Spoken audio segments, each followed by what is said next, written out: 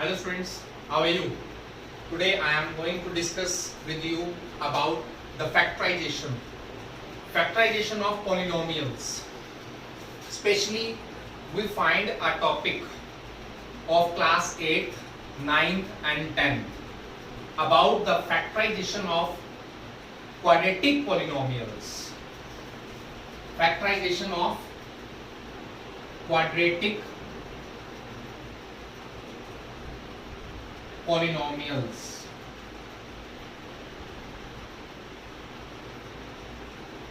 हम फैक्टराइजेशन करने जा रहे हैं क्वाड्रेटिक पॉलिनोमियल्स की। सबसे पहले आपको पता होना चाहिए कि क्वाड्रेटिक पॉलिनोमियल होती क्या है। एक ऐसी पॉलिनोमियल जिसमें वेरिएबल की पावर, जिसको हम डिग्री भी बोलते हैं, 2 होती है। अब इसमें वेरिएबल जो यूज हुआ है, here we have used the variable x और इसकी सबसे बड़ी पावर है 2। तो ये हमारी पॉलिनोमियल बन गई क्वाड्रेटिक पॉलिनोमियल। तो इस क्वाड्रेटिक पॉलिनोमियल को हमने फैक्टराइज करना है। जैसा कि हम जानते हैं कि इसकी डिग्री 2 है, तो इसके मैक्सिमम फैक्टर कितने होंगे? 2। तो हम इसके 2 फैक्टर निकालना चाहते हैं। इसके लिए हम क्या करेंगे, एक मेथड है middle term splitting method. Middle term splitting method ये एक ऐसा मेथड है जो क्लास 8, क्लास 9 और क्लास 10 तीनों में आपको मिलता है। तो आप सीखेंगे इसे कि हम मिडल टर्म स्प्लिटिंग, आज का हमारा जो मेन टॉपिक है वो है middle term splitting method. Middle term splitting method for the quadratic polynomial. सबसे पहले हमें इसको स्टैंडर्ड फॉर्म में लिखना है, जिसको हम जनरल फॉर्म भी बोलते हैं। जनरल फॉर्म मतलब हमें x की जो सबसे बड़ी पावर है उसको सबसे आगे, फिर x की पावर 1 और फिर कांस्टेंट टर्म विदाउट वेरिएबल। तो हमें इसको स्टैंडर्ड फॉर्म में लिखना है। अब इसके बाद हम क्या करेंगे, अभी स्टैंडर्ड फॉर्म में है तो मिडल टर्म कौन सी है? इसमें मिडल टर्म है ये -7x। तो हमने इस मिडल टर्म को स्प्लिट करना है। इस मिडल टर्म को हमें 2 पार्ट में डिवाइड करना है। क्यों करना है? ताकि ये जो 3 टर्म है ये 4 टर्म बन जाएं। 4 टर्म जब बन जाएंगी तब हम फर्स्ट 2 और लास्ट 2 को कॉमन लेके इसके फैक्टर कर पाएंगे। अब आता है कि वो 2 टर्म कैसे लिखी जाए। How can we split the middle terms? उसके लिए हमें सबसे पहले इस 10 के फैक्टर्स देखने हैं। 1, 2 और 5 और 10 इटसेल्फ प्लस माइनस।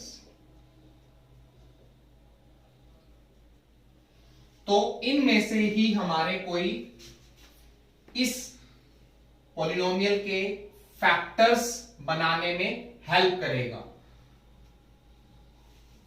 अब हम क्या करेंगे, सबसे पहले हम इस टर्म को इस टर्म से मल्टीप्लाई करेंगे। x² multiply 10। इस कांस्टेंट टर्म को इस डिग्री 2 वाली टर्म से हमने मल्टीप्लाई किया तो हमारा क्या आया? 10x²। अब आप बताइए कि ऐसे 2 नंबर जिनको आप मल्टीप्लाई करो और आपका ये प्रोडक्ट 10x² आए, और उन्हीं दो नंबर्स को हम ऐड करेंगे या सब्ट्रैक्ट करेंगे, जिससे हमारा ये बीच वाली टर्म -7x आए। अब इसके लिए आपको मैं एक शॉर्टकट तरीका समझाना चाहता हूं। देखिए, अगर आप इन दोनों की मल्टीप्लाई कर रहे हैं तो क्या आ रहा है? x² into 10 that is 10x²। ये आपका एक पॉजिटिव नंबर आया है, पॉजिटिव। तो जो भी 2 नंबर आप सोच रहे हैं यहां पर लिखेंगे जिनको आप मल्टीप्लाई करेंगे और आपको 10x² मिलेगा। ऐसे दो नंबर क्या होंगे, उसके लिए आपको, जैसे कि ये पॉजिटिव आया है, इन दोनों का जो प्रोडक्ट है वो 10x² एक पॉजिटिव नंबर आया है, तो हम जो भी दो नंबर सोचेंगे वो डेफिनेटली ऐड करेंगे, उनमें सब्ट्रैक्शन नहीं होगा। x² प्लस 250x माइनस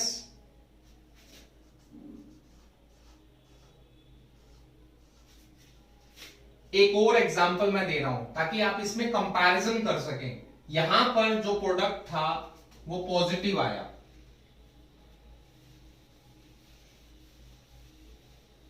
यहां पर आप मल्टीप्लाई करके देखिए x² इंटू -75000, तो इनका जो प्रोडक्ट है वो नेगेटिव आ रहा है।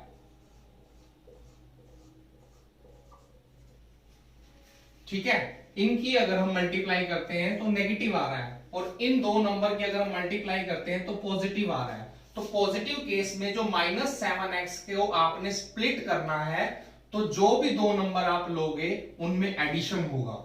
और जब आपको नेगेटिव चाहिए तो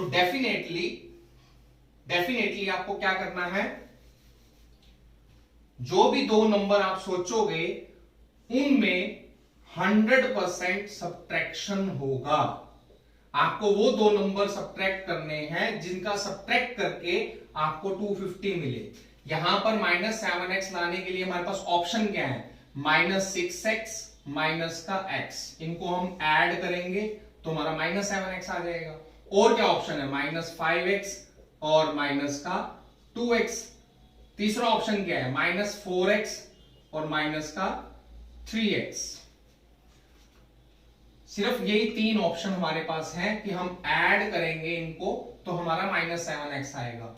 अब ये जो हमने मिडल टर्म स्प्लिट करनी थी, इन तीन ऑप्शन में से हमें कोई एक लेना है। अगर मैं इनकी मल्टीप्लाई करता हूं, -6x इंटू -x क्या मिलेगा, माइनस माइनस प्लस 6x²। इन दोनों की मल्टीप्लाई करता हूं तो क्या मिलेगा, 10x²। इन दोनों की मल्टीप्लाई करता हूं तो 12x²। मुझे कौन सा चाहिए, 10x²। तो ये वो दो टर्म्स हैं जो -7x की जगह पर हमें लिखनी है। इस केस में देखिए आप,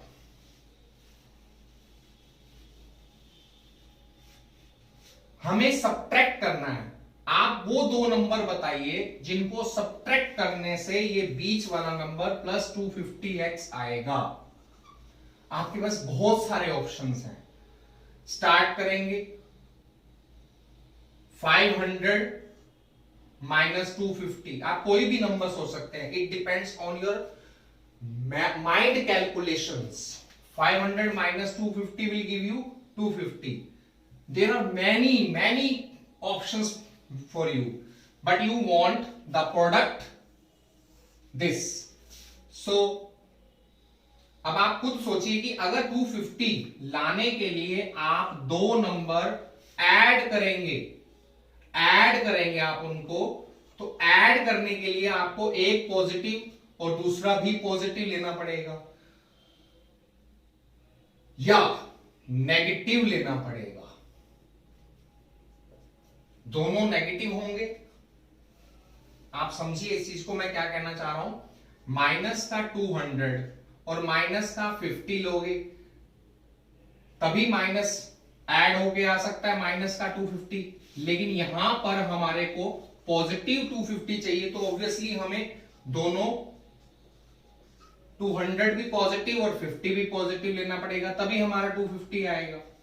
लेकिन जब हम इनको मल्टीप्लाई करेंगे तो मल्टीप्लाई करके भी पॉजिटिव आएगा। हमें सब्ट्रैक्ट करने की जरूरत क्यों पड़ रही है, यहां पर -7 माइनस का 500 और प्लस का 250, या फिर प्लस का 250 500 और माइनस का 250 अगर हम लेंगे तो उनमें से एक नेगेटिव होगा और इनकी जो मल्टीप्लाई होगी वो हमें नेगेटिव देगा। हमें नेगेटिव नंबर चाहिए, हमें नेगेटिव प्रोडक्ट चाहिए, इसलिए हमें एक पॉजिटिव और एक नेगेटिव लेना पड़ेगा। तो इसके लिए हमारे पास अब नंबर है 1000x और माइनस का 750। अगर हम इनकी मल्टीप्लाई करेंगे तो हमें मिलेगा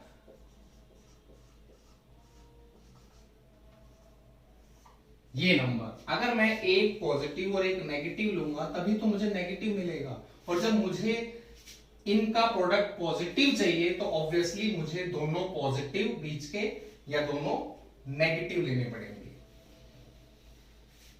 तो x square minus 5x minus 2x plus 10, और इसके लिए फैक्टर हमारे जो मिडिल टर्म स्प्लिटिंग के लिए मिले हैं वो है x square minus 1000x plus 1000x minus 250x minus 750000।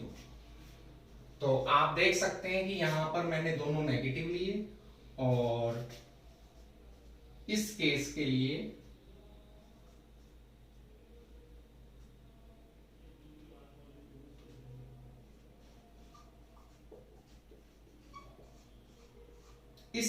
लिए मैंने एक पॉजिटिव और एक नेगेटिव लिया।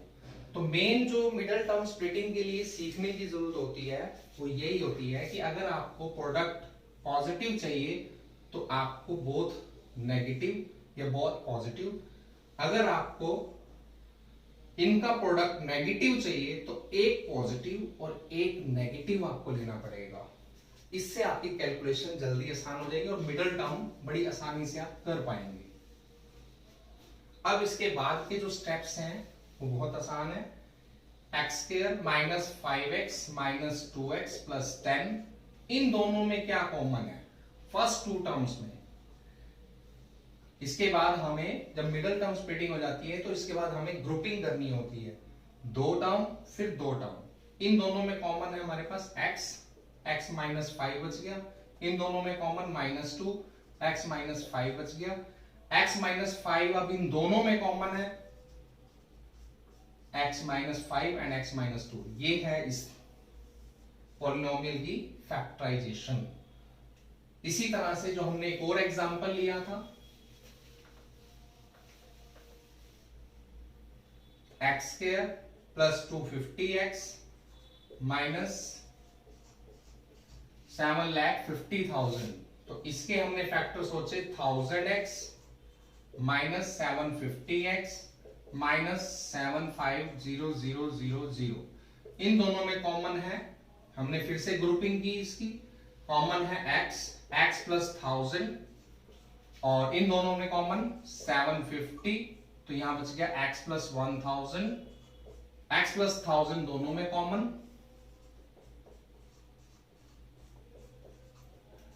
तो ये है हमारी मिडल टर्म स्प्लिटिंग। तो मैंने आपको दो एग्जांपल से कोशिश की समझाने की कि मिडल टर्म स्प्लिटिंग किस तरह से की जा सकती है। I hope you will like this video. Thanks a lot. हो जाते हैं इस मेथड के लिए इतने